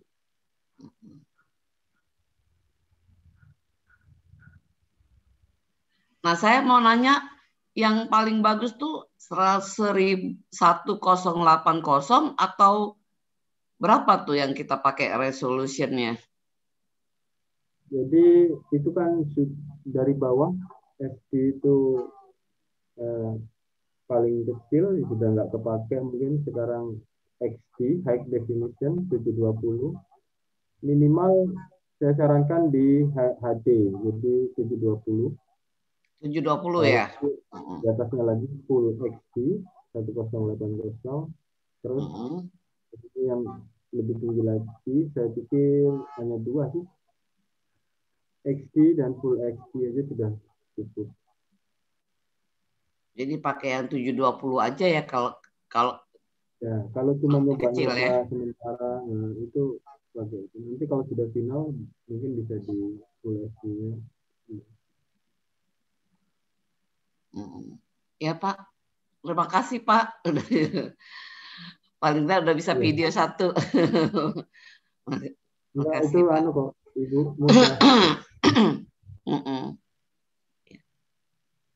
Terus kemudian ada yang ini pertanyaan lainnya.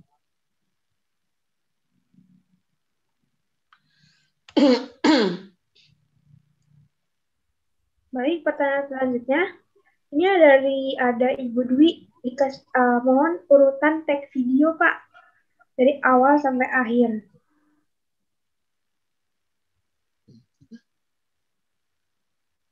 Ya, tag video itu. Tag video itu sebenarnya pakai tag itu kan mengambil mengambil gambarnya ya. Mungkin yang dimaksud itu adalah editing videonya, urutannya. Urutannya seperti yang tadi sudah dijelaskan ya. Kalau nanti lebih detailnya mungkin saya bisa share di grup aja, jadi saya bikin urut-urutannya gitu.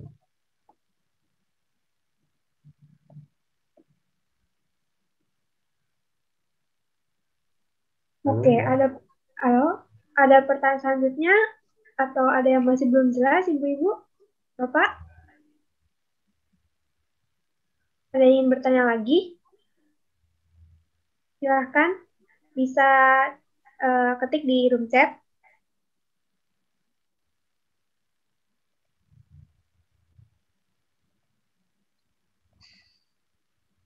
Begitu nih saya ada pertanyaan nih Pak.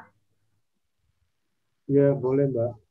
Cara mengedit video yang estetik. Nah sekarang kan zaman-zamannya nih Pak, video yang estetik gitu. Emang definisi estetik dan caranya itu gimana sih Pak? Ya. Itu sebenarnya istilah untuk membombingkan sesuatu aja. Estetik ada yang namanya B-roll, ada yang namanya sinematik dan macam-macam. Ya, itu estetik itu kumpulan dari apa ya? Semua itu tadi, apa ya? Kayak editing yang menarik, yang punya apa ya? Punya apa? Itu istilah punya ya lagi ngetren sih namanya, punya estetik itu sebetulnya. Tapi kalau di dunia profesional itu sebenarnya masuknya ke tadi sinematografi. Mungkin kalau sekarang kan lagi ngetren dinamain aneh-aneh. Kalau untuk estetik yang jelas pengaruhnya paling besar di sinematik dan estetik itu flow tadi pergerakan. Yang kedua adalah warna, grading warna. Dua itu paling besar. Jadi untuk grading sekarang warnanya ke arah movie, ke arah game dan macam-macam. Kemudian gerakan sekarang itu arahnya lebih beat ya, lebih ngebeat, lebih cepat. Kemudian sebenarnya hanya ini aja istilah, tapi yang lebih penting bukan itu. Lebih penting adalah produk kita tersampaikan untuk lebih baik videonya dengan apa ya, yang biasa aja, nggak terlalu ya, tapi punya warna yang baik dan penyampaian pesannya yang baik, itu aja. Karena kalau kita ke arah TikTok dan itu sebenarnya hanya untuk apa ya, istilahnya hanya marketing untuk sambutan aja apa ya, tapi bukan ke arah produk yang dimengerti sama bayarnya nanti. Jadi kurang lebih itu aja. Oke, jadi ini bisa diatur gitu ya Pak, tone-nya tuh, tone videonya itu biar bisa estetik gitu ya? Iya, kebetulan sekarang itu sebenarnya semuanya serba preset ya, sudah ada. Beda sama zaman dulu, kita itu biasanya kalau bikin dapat baru di save jadi preset, dan preset itu biasanya disimpan. Tapi sekarang justru preset itu banyak yang jadi premium, maksudnya jadi untuk itu market jualan gitu untuk bagi software. Jadi softwarenya sendiri free, tapi preset-preset yang sulit didapat, yang macam-macam mereka berbayar. Jadi ya di satu sisi itu kemudahan bagi kita untuk bikin seperti dunia-dunia profesional. Yang membedakan sebenarnya profesional dan dunia biasa itu hanya di output yang dicapai. Jadi kalau di dunia profesional itu outputnya memang sangat tinggi high definition, bahkan di atasnya rata-rata karena fungsinya beda, juga di plottingnya di mesin yang berbeda. Kalau dunia yang umum itu kan kebanyakan gadget harus bisa untuk memplay itu. Jadi saya pikir banyak kemudahan juga untuk itu. Jadi tinggal di aplikasikan itu. Jadi sekarang basisnya itu sudah preset gitu. Oke, jadi bisa kita buat atau beli ya kalau preset itu ya Pak di Iya. aplikasinya. Benar, Mas. Sebenarnya kalau dibuat juga bisa, tapi itu dengan adjustment yang manual, dicoba sendiri, kemudian isi, atau yang berbayar dengan preset tadi itu. Oke, apa ada yang ingin bertanya lagi ya Bapak Ibu? Silahkan. Bapak Herman, ada yang ingin ditanya? Pak Rudi, Ibu Ana. Ayo silahkan ketik di kolom chat jika ada yang ingin bertanya. Pak Bib, apa ada yang ingin ditanyakan? Ya, biar yang lain dulu. Kalau saya tanya terus nanti bosen. Silakan, Ibu Cindy.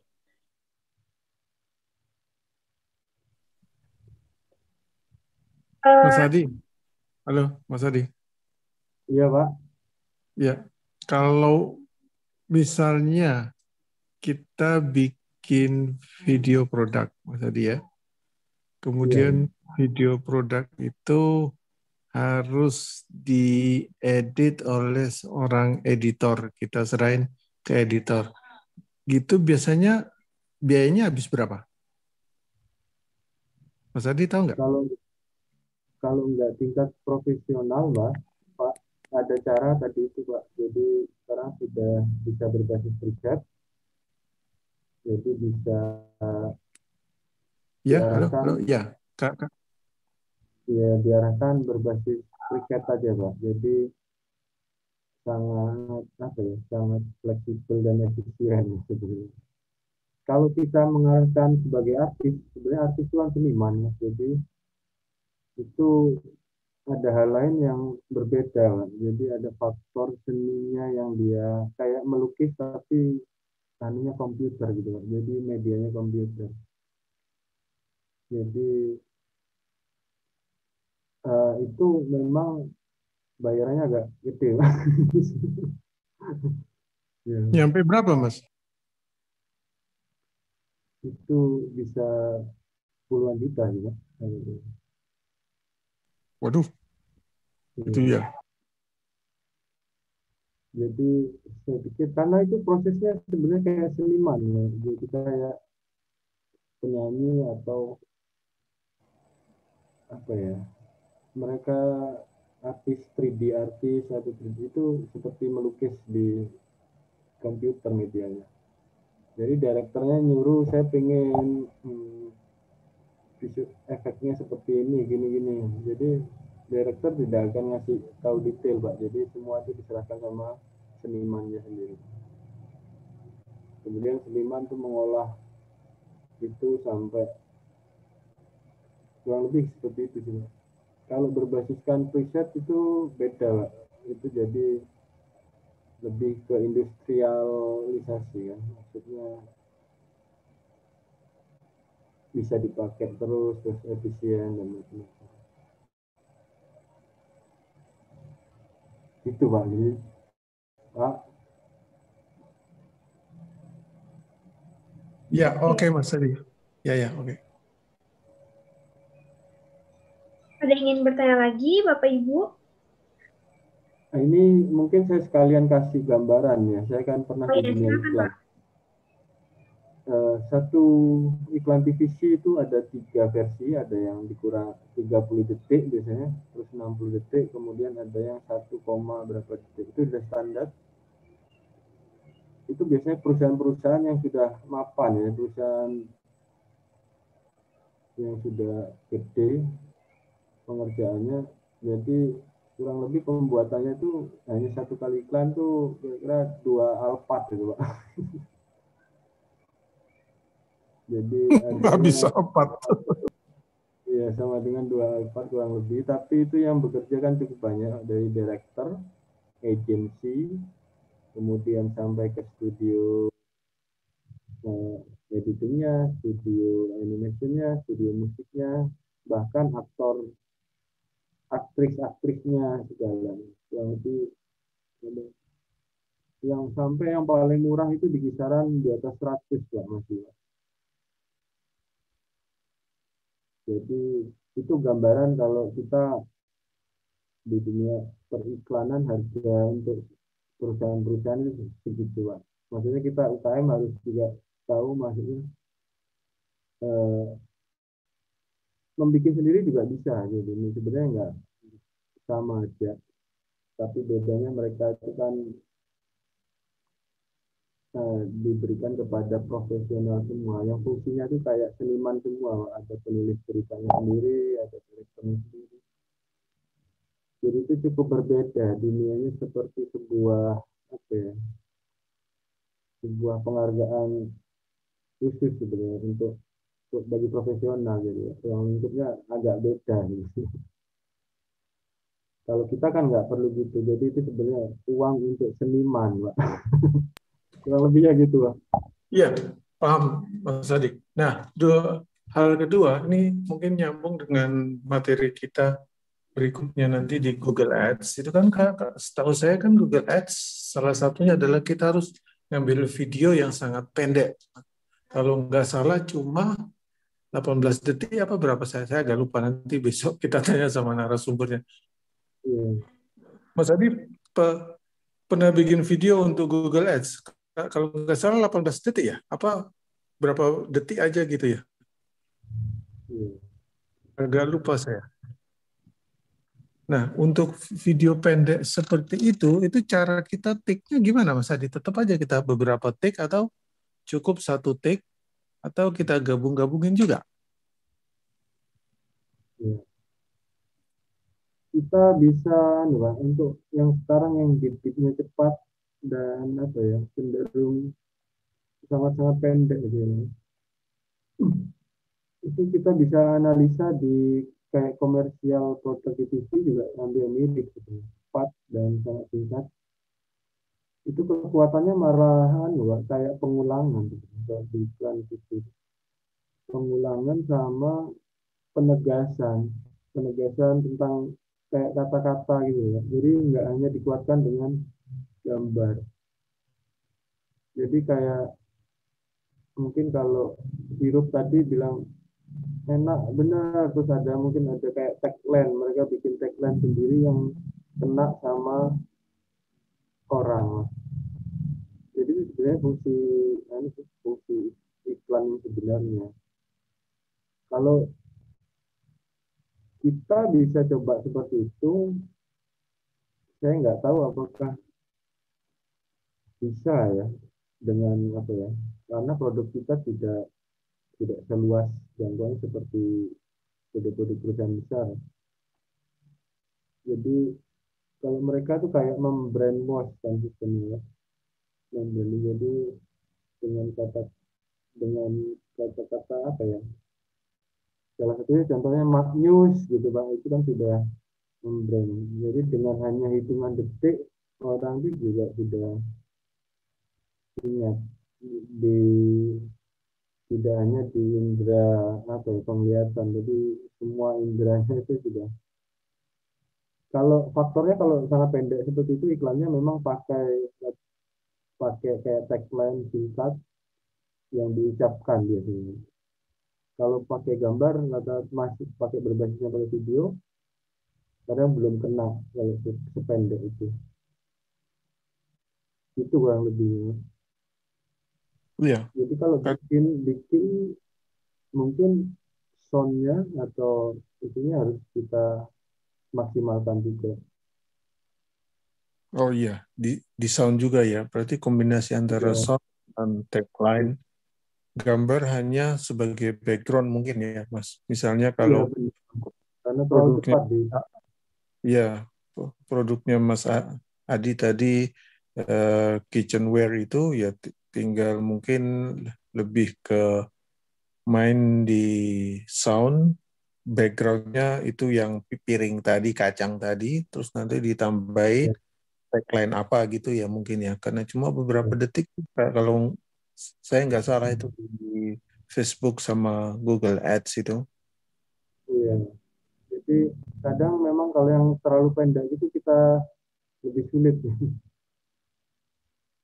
Salah satu mahalnya iklan itu sebenarnya juga proses itu ya. Jadi proses pra-produksinya kalau di agent itu bisa berbulan-bulan ya. Karena mereka gimana caranya produk perusahaan besar tapi diingat oleh orang dalam waktu yang sangat pendek. Gitu.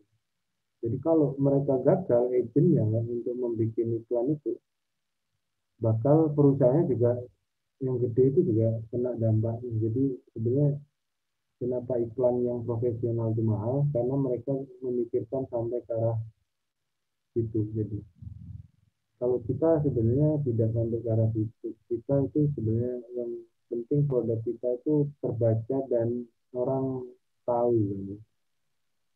Kalau mereka fungsinya ada fungsi-fungsi lain yang memang sampai budget iklan itu mahal banget. Gitu. Dipikirkan sampai segitu.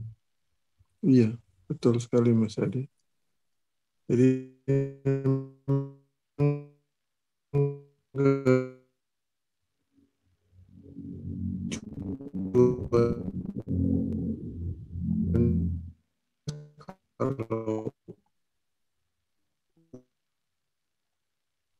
Saya bikin Halo, Habib. Jadi, Ya, Pak Rudi. Ada yang ingin bertanya lagi, Bapak Ibu?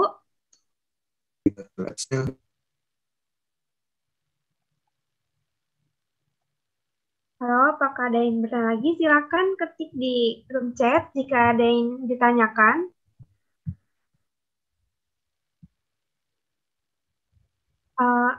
Pak Adi, apa ada sekarang konsep-konsep era sekarang video itu gimana sih Pak? Apa ada perbedaannya sama yang 5 tahun, 10 tahun di belakang? kalau konsep itu kan sebenarnya hanya tren ya. Jadi kadang sekarang lagi TikTok, besok apa lagi besok, tapi itu hanya tren aja ya. Kalau dari dulu sampai sekarang itu konsepnya tetap baik pasti, maksudnya sesuai dengan apa yang dibikin. Jadi kalau filmnya tentang kesedihan, mungkin mereka konsepnya kan videonya dark, terus kemudian apa. Terus, kemudian ada satu lagi penemuan style atau konsep ya. Itu biasanya pada film-film yang box office atau kemudian lari ke media-media mainstream. Jadi kadang memang awalnya dari Harry Potter gitu terus grading warnanya dipakai kepada kebanyakan orang, terus kemudian kalau konsep itu terus berkembang yang ya kurang lebih kayak gitu sih. Kalau dari zaman dulu sampai sekarang itu sebenarnya sama, prosesnya itu eksplorasi karena dunia kreatif ya. Jadi sampai sekarang tetap kalau seniman di dunia digital multimedia gitu tetap mengeksplorasi terus. Kalau dunia mainstream yang untuk apa ya dipakai jadi sebenarnya hanya ngikut aja kan, jadi ngikut satu sama lainnya gitu. Akhirnya terus cepat nular gitu. Tapi biasanya cepat hilang juga. Iya, trennya berganti ya Pak. Iya benar. Saya pikir harus menemukan konsep sendiri, seumpama produk kita arahnya gradingnya kuning atau sifatnya apa ya lembut, kita ya pakai cara-cara kita sendiri biar kita justru menemukan konsep video kita sendiri. Kalau kita campur adukan dengan Nah, yang lain yang nggak bisa nguatin produk, saya pikir nggak ada gunanya, hanya lewat.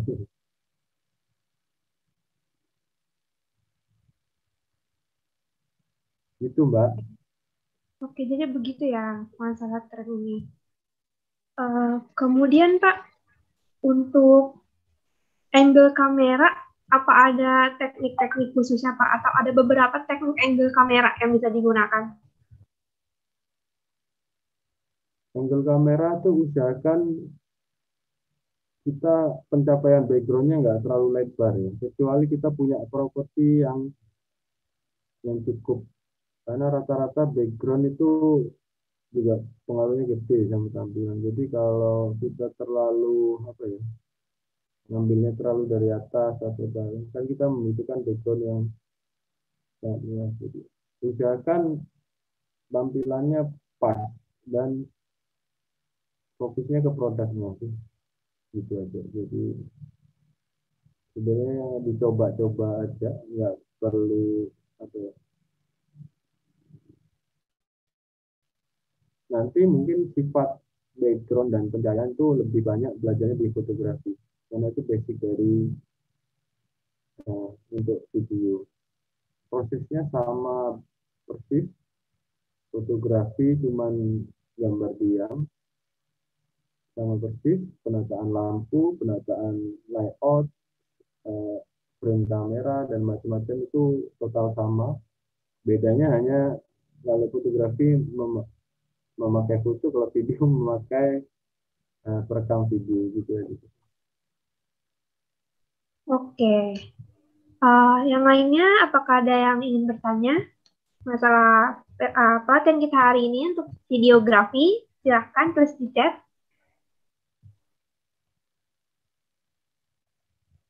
Oke, sepertinya sudah cukup ya Pak pertanyaannya.